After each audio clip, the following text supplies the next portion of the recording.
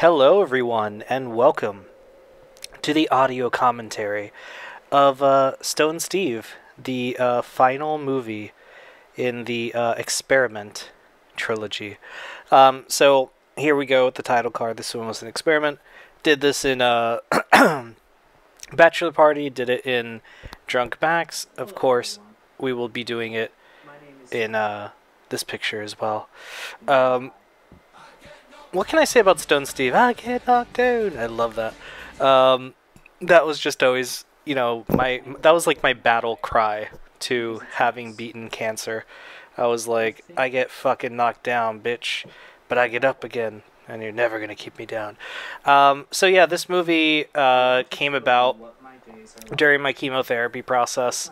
Originally, I was going to do a movie called Party Animal.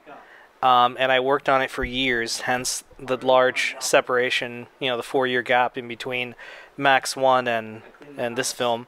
And basically, after going through cancer and going through chemotherapy and just all that, I realized that Party Animal just wasn't as personal to me as it used to be, like as it was. And it just, when you make a movie, you kind of really put a lot of yourself into it, and you have to work hard on it, and it just didn't feel like the right thing to do. So instead, I kind of thought, what if I did a movie that was like the anti-Drunk Max but followed the same formula, and instead of being drunk, it was a character that was high all the time.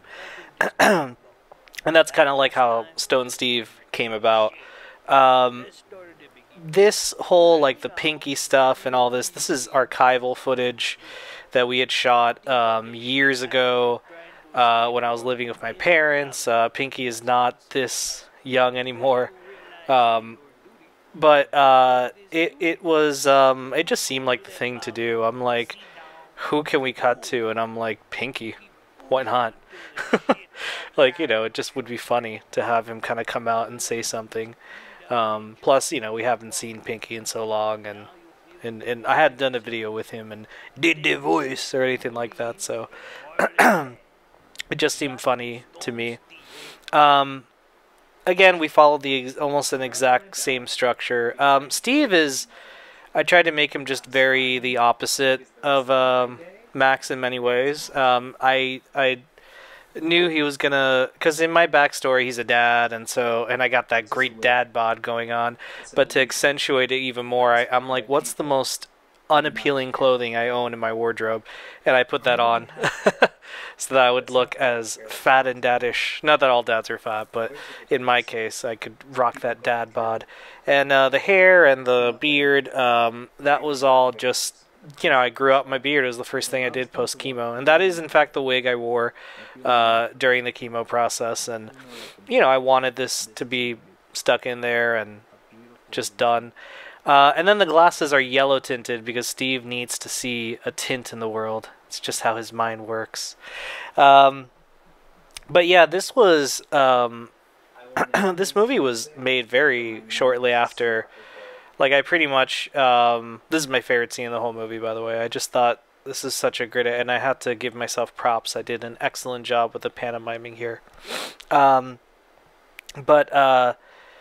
this was the first idea I had after my chemo. I'm like, I'm going to make, Stone Steve, and I'm going to grow a really big beard and wear shorts and showcase my dad bod and all that stuff. And it's a good thing I'm a dad and I have a dad bod, because it's kind of like, if you are a dad and you don't have a dad bod, I mean, that's fine, but I just didn't want to be in that position.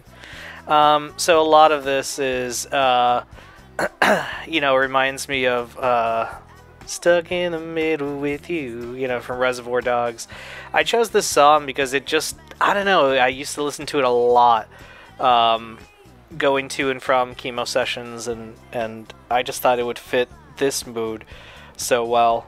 And it was funny when I saw this sober, I was like, God, this scene's a little bit too long, and then I didn't see it sober, and I said, hey, it's just right. I really did think, like, oh, whatever, it works. Special shout out to my wife. She did not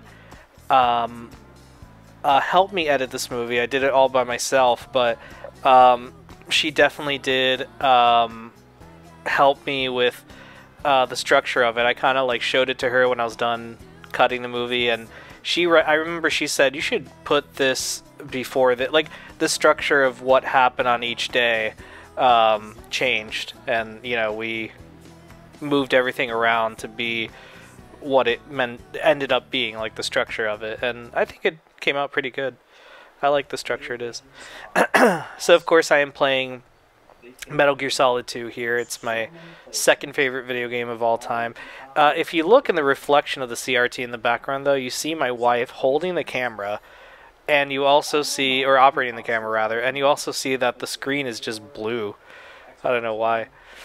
This is the cleanest shot of the movie, and I actually put a filter throughout the entire movie. The entire movie has a filter to make it look like film grain. I just wanted to do it. I don't know. I just wanted to have film grain in a movie. I thought it looked kind of cool.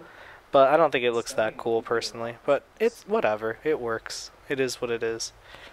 But yeah, I loved how that worked out. It was really great. This is my another favorite part. This was actually an idea I had for another movie that I worked on. That was never produced. I had a scene in the movie where these two gentlemen have a workout montage, and A View to a Kill was the song that that I chose. I wrote in the script, and then they danced to A View to a Kill. But that movie never... Well, first of all, that idea was jettisoned very early in the writing process of that film, and also it just never came to be. So when I was thinking, you know, what should I do here? And I had all this Rock Band equipment that was in my closet that I don't use anymore, and I said, fuck it, I'm just going to do that. This was actually the last day of filming, too. Yeah, all this stuff here was the last thing we filmed. And then here my wifey comes out. We had shot this months earlier. All this stuff. Oh no, my wifey doesn't come out. Oh, is she? Oh yeah, she comes out here. My bad. Yeah, there's my son and my wife. They have a cameo, and that was the hardest shot of the whole movie. I told my son, don't go crazy, and he's like, okay, and he did. Like, basically. So we have another intermission here. And of course we have the Pink here. I have something to say also. So Stone Steve, this is actually the second iteration of the film. Not in terms of there's another Stone Steve out there, but I had written a script that I'm like, oh, this is it. This is going to be the final Stone Steve script. Like, this is, I did it. And then when I made it, I lost it because my computer crashed. And sadly, everything was lost. And so I had to basically rewrite the movie all over again, which kind of bummed me out because, you know, I wanted to capture that lightning in a bottle essence that I had with Drunk Max. But, you know, it's all gravy. These things happen. And this all, like I mentioned earlier, this is all archival footage of Pinky. I did manipulate it, though. It is cut up and not in the order it appeared in. That was important to me. So that is the actual script. I did have some of my lines memorized, but, you know, I just thought, screw it, let's do this. I thought it'd be funny if I read a statement. This I just thought would be interesting, that everything is very silly prior to this, and then, you know, that's one thing I have to talk about. I haven't really talked about a lot. This whole movie, I really wanted folks to just dissect the shit out of it. That's something that, you know, I hope people watch this movie and just, you know, dissect the ever-living shit out of it, because there's a lot of things in here that I purposely either filmed or wrote or something that was meant to be one thing but could mean something else, and I don't know, it was like a whole thing that we did, that I did. And then here, of course, this was I think one of the last days I did, because the film was pretty much shot in chronological order. But but this was the last, I think, Steve shot, and there I had that shirt underneath. I actually like the way that turned out. It kind of looked good. Here you can see my massive bald spot. Oh god, because that's the thing, when you have cancer and you go through it, and then oh god, your hair kind of grows back weird. But I want to end it like this, my wife and I just snuggling. Now this was put up, this was specifically the I love you part. This is just a message to my friend Brian. Like, because he always jokingly says, are you going to make another one of these movies? And I'm like, no, I swear I'm not. And so I wrote, that. So here, Chris Cortez, Chris, Charlie, Chris's glorious bald spot. That's just because I play the same effing character. So I just said, let's do this. Anyway, guys, thank you so much for watching. This was a pleasure to create and to record, and I hope you guys enjoy all the bonus features for Stone Steve. Goodbye.